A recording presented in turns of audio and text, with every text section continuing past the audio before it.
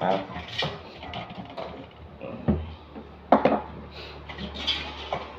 ปีใหม่ข้าวใหม่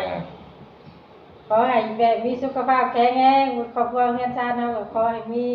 แต่ความสุขความเจริญเด้อบาดนี้เด้ออีกแปลกหน้าที่การงานก็ก้าวหน้าก้าวตาเด้อ มีแห้งบนเทือนบนซานลูกบนตาลูกบนเมียมีแห้งคำพูนชงให้ปีใหม่ข้าวใหม่อยู่ดีมีแห้งหายจากสัญญาโลกาอย่าเจ็บอย่าจนแบบนี้มีแต่รวยๆเฮงๆรวยๆเด้อเป็นร้านแรงเนาะมาไหมลูกมาลูก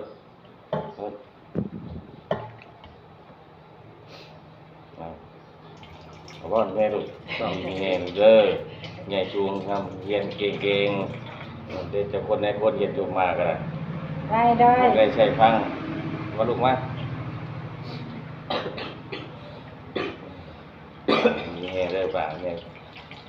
หญ่ชูงบอกเลยความความแน่อย่างงอกเป็นไรเลย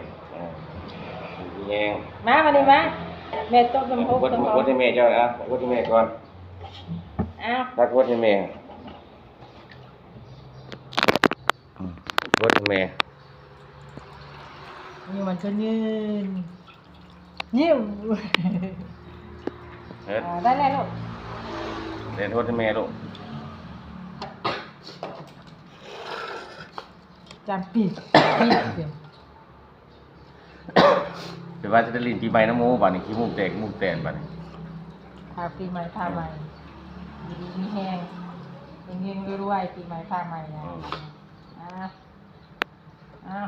มันยืนมาละ